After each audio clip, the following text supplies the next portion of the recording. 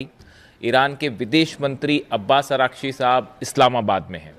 ये खबर जो है बीती रात जैसी ही सामने आई, देखिए मैं पूरी रात इसको फॉलो करता रहा, इस खबर को वाइट हाउस में क्या हो रहा है उसको फॉलो करता रहा। और अब जो खबरें हैं आप देख सकते हैं कि अब्बास अराक्ची साहब जो हैं वो इस्लामाबाद में हैं। इसके बाद वो ओमान जाएंगे और उसके बाद वहाँ से रूस भी जाएंगे। अमेरिका की तरफ से जो बयान आ रहे हैं कि स्टीव विटकॉफ और जेडी कुशनर जो है वो इस्लामाबाद पहुंचने वाले हैं। मेरे बड़े सारे दर्शक भी ये बात पूछ रहे हैं कि मयंक भाई अब आगे क्या होने वाला है, ये बताइए, क्या कोई बातचीत होने वाली है या आगे अब क्या होगा, जंग होगी या जो भी होगा। देखिए, ईरान के विदेश मंत्री अब्बास अराक्ची साहब अचानक इस्लामाबाद कैसे पहुंचे, इसके पीछे एक लंबी सी कोशिश है। देखिए, सबसे पहले खबर आती है कि जनरल मुनीर की पेजिशकियान साहब से ईरान के राष्ट्रपति से 1 घंटे तक बात हुई। ये मैं आपको एक दिन पहले की बात बता रहा हूँ। करीब 1 घंटे की मुनीर ने जो है जनरल मुनीर ने फ़ोन किया पेजिशकियान साहब को और 1 घंटे तक बातचीत की। उसके बाद खबर आती है कि मुनीर का फ़ोन जाता है बीजिंग और उन्होंने जिनपिंग से फ़ोन पर बात की।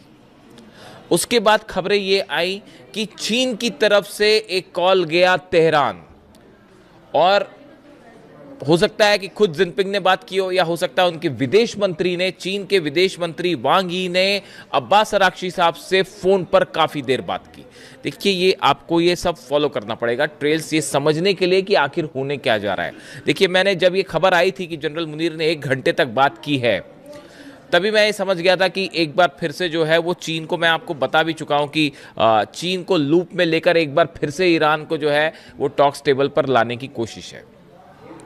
इस समय जो हालात हॉर्मुज में हैं उसमें आप ये बात समझिए कि चीन को बड़ा नुकसान हो रहा है इस लिहाज से, क्योंकि उसके जितने शिप्स पहले निकल रहे थे अब उतने नहीं निकल रहे हैं, क्योंकि हालात तनावपूर्ण है, कम निकल रहे हैं। चीन के शिप्स निकल रहे हैं वहां से, लेकिन जितनी संख्या में जब ओपन था पूरी तरफ से हॉर्मुज, उतने शिप्स अब नहीं निकल पा रहे। ऑब्वियस सी बात है कि तनाव है वहां पे। तो ऐसे हालात में ये बात तो साफ है कि ऑयल के लिहाज से, सप्लाई के लिहाज से चीन को नुकसान हो रहा है। अब इस बीच में जो खबरें हैं, जो डिफेंस एक्सपर्ट्स ये बात कर रहे हैं, और जो खबर है, देखिए ईरान की तरफ से बात साफ कर दी गई है कि ये किसी तरह की कोई डील को लेकर कोई बातचीत नहीं होने जा रही है।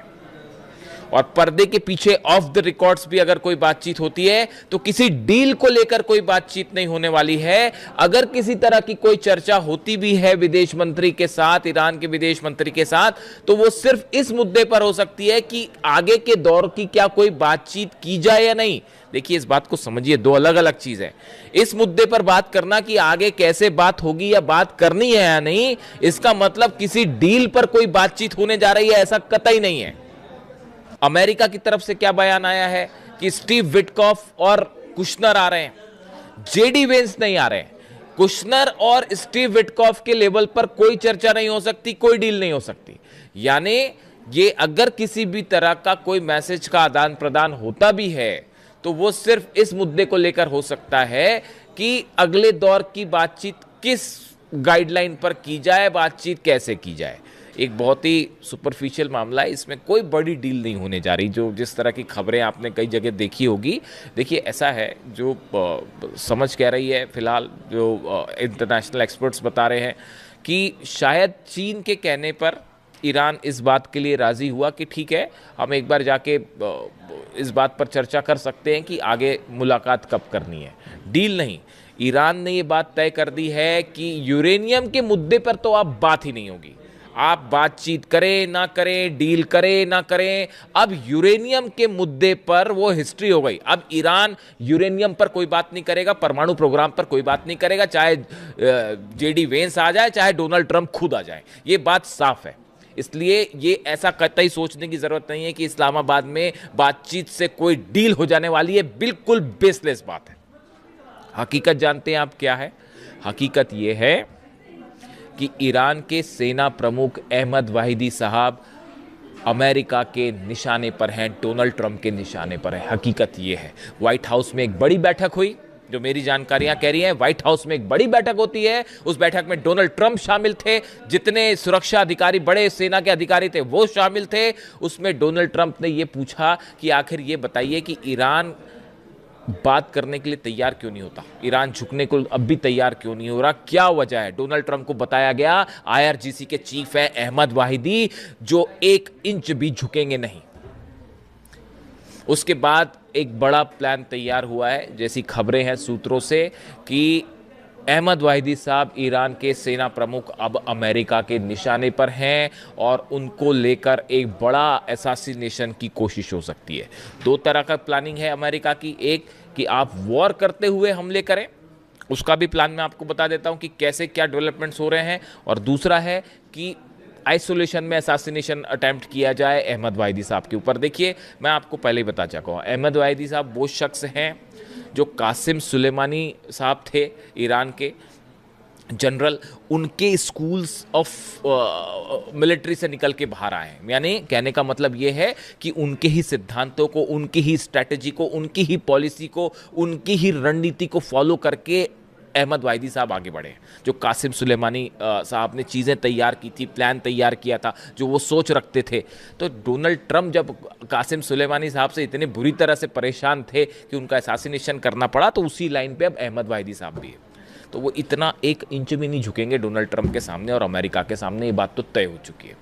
यूरेनियम पर कोई बात नहीं होगी। ईरान के सेना प्रमुख ने, आईआरजीसी के प्रमुख ने यह कह दिया है कि अब बातचीत हो ना हो, यूरेनियम और परमाणु के मुद्दे पर तो अब हम कोई बात ही नहीं करेंगे, चाहे जो करना पड़ जाए। तो ये बात जो है डोनाल्ड ट्रंप को समझा दी गई कि ऐसा है कि अहमद वाहिदी जो हैं, उनके रहते तो हम कुछ नहीं कर सकते। तो इसीलिए एक बड़ा प्लान तैयार हुआ है उनकी असैसिनेशन का, और जिसको लेकर अच्छा खासा अलर्ट है, और ये बात ईरान तक भी है, ईरान भी इस बात को अच्छे से समझ रहा है, रूस भी समझ रहा है। इसके अलावा देखिए, जो बड़ी खबर है, बताया जा रहा है कि एक हमले का प्लान फिर तैयार कर लिया है अमेरिका ने, कि अगर किसी तरह का, देखिए इस बीच एक इम्पॉर्टेंट बात यह है, 2 बड़े डेवलपमेंट हैं। कल मैं डोनाल्ड ट्रंप को सुन रहा था, रात को जो स्टेटमेंट्स आए उनके, वो सब मैं सुन रहा था कि कहाँ से क्या बयान आता है। मैंने पीट हेग्सेथ जो है रक्षा मंत्री, उनके भी बयान सुने। डोनाल्ड ट्रंप ने कल 2 ऐसी बातें कही हैं जो कि नई हैं। देखिए, डोनाल्ड ट्रंप के सामने समस्या क्या है पता है? डोनाल्ड ट्रंप के सामने, अमेरिका के राष्ट्रपति जो है, उनके सामने समस्या ये है कि वो क्या बोलते हैं उनको खुद नहीं पता होता, कौन सी चीज़ छुपानी है, कौन सी चीज़ बोलनी है, उनको यही नहीं पता। देखिए, दुनिया भर में बड़े सारे एक्सपर्ट बैठे हुए हैं जो हर चीज़ पकड़ लेते हैं। तो देखिए, कल उन्होंने ना, मैं उनकी बात ध्यान से सुन रहा था, उन्होंने 2 चीज़ें ऐसे बोली जो वो पहले नहीं बोल रहे थे, अगर आपने नोटिस किया हो। उन्होंने कहा कि हमारे पास अभी बहुत वक्त है। वो हमेशा जल्दबाजी में नज़र आए। देखिए, ये जब से वॉर हुआ, पिछले जितने भी दिन हो गए, इस वॉर के दौरान डोनाल्ड ट्रंप हमेशा जल्दबाजी में नज़र आए। आप उनके बयान देखिए कि अब ईरान के पास वक्त नहीं है, अब ईरान को जो है वो इतने दिनों के अंदर फैसला लेना होगा, बस 3 दिन बाद, नहीं तो हम ईरान को तबाह कर देंगे, ऐसा कर देंगे, वैसा कर देंगे। यानी वो हमेशा एक हड़बड़ाहट में दिखाई दिए। लेकिन कल उन्होंने बयान दिया कि हमारे पास वक्त है, हम जो है वो हॉर्मूज पर हमारे पास बहुत टाइम है। यानी इसका मतलब ये हुआ कि अमेरिका की सेना ने कोई ऐसा, ये स्ट्रैटेजी चेंज है, अमेरिका के सेना का कोई ऐसा प्लान है कि ये हॉर्मूज वाले मामले को जल्दी ज़्यादा दिनों तक खींचा जाए, ऐसा लगता है एज ऑफ नाउ। हो सकता है कोई मिलिट्री स्तर पर ये फैसला हुआ हो, उसकी क्या वजह है वो भी हम बात करेंगे। और दूसरी बात उन्होंने कही कि ईरान हमें कोई प्रस्ताव देना चाहता है।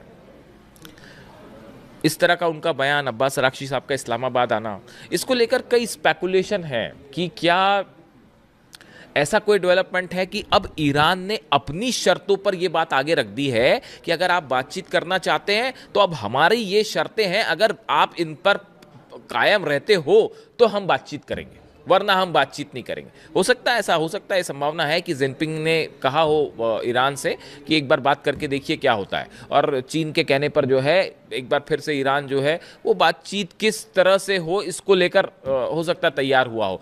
लेकिन जो सोर्सेस ये कह रहे हैं कि इसकी संभावना है कि ईरान ने अब अपनी शर्तें सामने रख दी हैं कि अगर आप इन शर्तों को मानते हैं तभी हम बात करेंगे, वरना बात शुरू भी नहीं होगी। डील दूर की बात है, मैं आपको जो बार बार समझा रहा हूं, दो स्तर होते हैं, एक बातचीत शुरू करनी है कि नहीं, इस पे चर्चा अलग बात है, और डील तो बहुत दूर की कौड़ी है साहब। डील भूल जाइए, अभी डील होने वाली नहीं है, वो होएगी नहीं। I am very clear about it. और अली खामेनी साहब भी बता के गए थे कि अमेरिका से डील हो ही नहीं सकती, और आज उनकी बात सच साबित हो रही है। वो ऐसी सुप्रीम लीडर नहीं थे। अमेरिका के जितने विदेश नीति के एक्सपर्ट्स बैठे हुए हैं ना, वो सब के सब अली खामेनी साहब के सामने बुरी तरह से फेल है। आप देखिए हर स्तर पर, चाहे मिलिट्री के स्तर पर, चाहे विदेश नीति के स्तर पर, चाहे अपनी कल्चर संस्कृति के बारे में जो अली खामेनी साहब के विचार थे, हर मामले में अमेरिका पर भारी थे वो अकेले। 40 साल तक घुटनों पे रखा उन्होंने अमेरिका के 6 राष्ट्रपतियों को, और आज ये सोचते हैं कि किसी तरह से जो है वो अभी भी नहीं समझ में आई बात की जो 40 साल में नहीं कर पाए, वो डोनाल्ड ट्रंप डरा धमका के क्या कर लेंगे अमेरिका से, ईरान से क्या करवा लेंगे, कुछ नहीं करवा सकते। तो देखिए, हो सकता है कि ये बात हो कि ईरान ने अब अपनी शर्तें रख दी हो सामने। ये ऐसा इस तरह के हिंट मिलते हैं डोनाल्ड ट्रंप के बयानों से, लेकिन देखिए हकीकत ये है, Qeshm island, Ladakh, Hormuz, Abu Musa, Bandar Abbas, Kharg, ये 6 जगहों पर बड़े हमले का प्लान तैयार है। केशम आइलैंड वो जगह है जहां से ईरान छापामार युद्ध करता है, यानी कि ये जो अचानक से हमले करना है, इसका पूरा कंट्रोल केशम आइलैंड से होता है। लद्दाख आइलैंड है, यहाँ पर द्वीप जो है लद्दाख का, अंडरग्राउंड मिसाइल्स हैं, यहाँ पे जितनी स्ट्रैटेजिक मिसाइल्स हैं वो लद्दाख द्वीप के आसपास लगा रखी हैं। हॉर्मुज में हॉर्मुज आइलैंड है, हॉर्मुज जो है स्टेट ऑफ हॉर्मुज, उसमें एक हॉर्मुज द्वीप भी है। वहाँ पे जितनी छोटी बोट है जिससे डोनाल्ड ट्रंप परेशान है, वो छोटी बोट्स का पूरा हब जो है वो हॉर्मुज में है। अबू मूसा, ये वो जगह है आइलैंड जहाँ से जहाज़ों की निगरानी होती है, कौन सा जहाज़ आएगा, कौन सा जहाज़ जाएगा। बंदर अब्बास तो नेवी का हेडक्वार्टर है, आप जानते ही हैं। और खार्ग से 90% ऑयल ईरान का एक्सपोर्ट होता है। ये वो 6 जगह हैं जहाँ पर सीधा हमले की तैयारी है। और बताया ये भी जा रहा है कि शायद इसका फैसला भी हो चुका था, लेकिन फिर ये सोचा गया कि भाई ज़्यादा नुकसान हो जाएगा पलटवार में, इसलिए इस प्लान को एक बार देखिए। वो हकीकत ये है कि ये डोनाल्ड ट्रंप ने प्लान को ओके कर दिया था, लेकिन पुतिन की खुफिया एजेंसी केजीबी ने इसकी जानकारी दे दी ईरान को। हकीकत ये है, और वो प्लान उनको चेंज करना पड़ गया। ये हमले 3 से 4 दिन पहले होने वाले थे।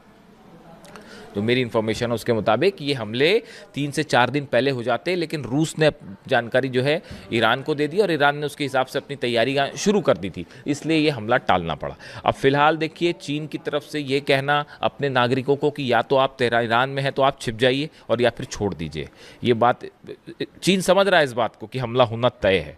देखिए, हम अगर पिछले कुछ दिनों की बात करें, जब से हॉर्मुज में तनाव है और अमेरिका और ईरान की सेना आमने सामने है, तो 187 शिप्स जो हैं वो हॉर्मुज को पार किया है, जो ईरान ने पार करवाए हैं, और इसमें से 25% जो हैं वो चाइना के शिप्स हैं।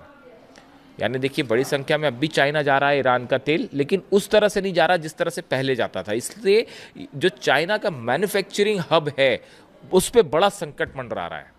इसीलिए ऐसा लगता है कि चीन ने इनिशिएट किया इस बात को कि एक बार बात की जाए। उसके अलावा देखिए, बेन गुरियन एयरपोर्ट इजराइल से बड़े डेवलपमेंट है। यहाँ पे बड़ी संख्या में अमेरिका के रिफ्यूलिंग प्लेन्स पहुँच गए हैं, जो कि हवा में ईंधन भरते हैं जहाज़ों में, फाइटर जेट्स में। यानी आप देखिए, ये जो कुछ तैयारियाँ हो रही हैं, इससे ये बात साफ है कि एक बड़े हमले की तैयारी है, और वो पूरी हो चुकी है। अमेरिका ने हमले की तैयारी पूरी कर ली है, उधर से ईरान ने पूरी कर ली है तैयारी। लेकिन इस बीच ये आज इस्लामाबाद में क्या होता है, इस पर हमारी नज़र रहेगी। इससे जुड़ा जो भी अपडेट होगा वो मैं फ़ौरन आप तक पहुंचाऊंगा। लेकिन इस बात के लिए आश्वस्त रहिए, ईरान किसी तरह की कोई डील नहीं करने जा रहा है, और अगर किसी तरह की बातचीत भी होती है तो वो पूरी तरह से ईरान की शर्तों पर होगी। वीडियो कैसा लगा बताइए। Thank you so much.